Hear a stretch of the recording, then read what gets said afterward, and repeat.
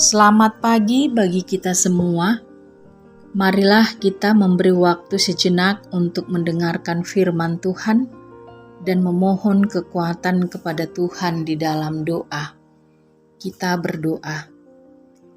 Kami bersyukur dan berterima kasih kepadamu ya Bapa di sorga, karena Engkau senantiasa memelihara kehidupan kami. Bahkan Engkau juga Tuhan yang mencukupkan segala kebutuhan kami. Kami percaya bahwa Engkau adalah sumber segala sesuatu di dalam hidup kami. Pada pagi ini kembali kami merasakan dan menikmati kebaikan-Mu Tuhan. Engkau memberi kami satu hari yang baru, yang akan kami jalani kembali. Dan kami mau memohon kepadamu, Engkaulah yang menolong kami ketika kami melakukan segala pekerjaan kami. Dalam Kristus Yesus kami berdoa kepadamu. Amin.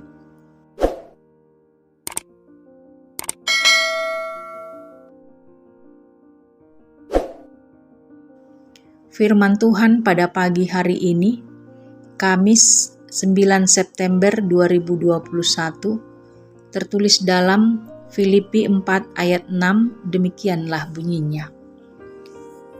Janganlah hendaknya kamu khawatir tentang apapun juga, tetapi nyatakanlah dalam segala hal keinginanmu kepada Allah dalam doa dan permohonan dengan ucapan syukur.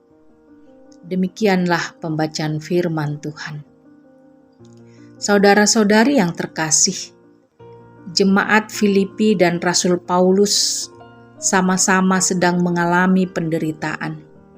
Rasul Paulus menderita karena keberaniannya menyaksikan kebenaran Injil, hingga akhirnya Paulus dipenjara.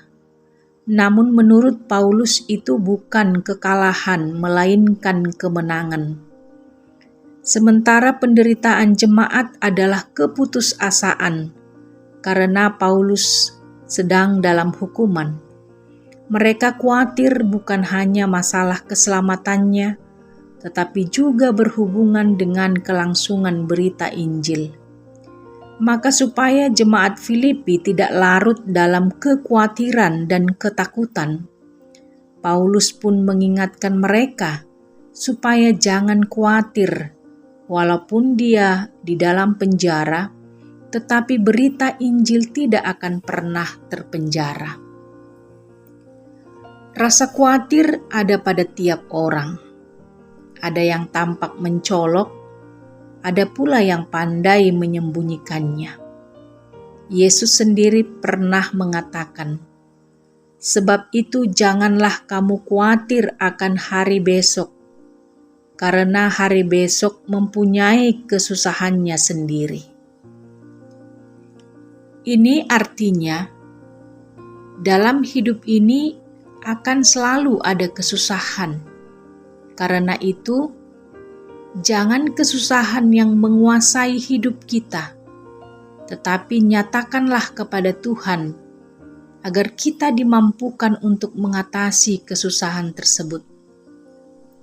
Ketika kita tidak dapat menguasai kesusahan tersebut, maka kesusahan itu akan menjadi beban hidup kita terus-menerus.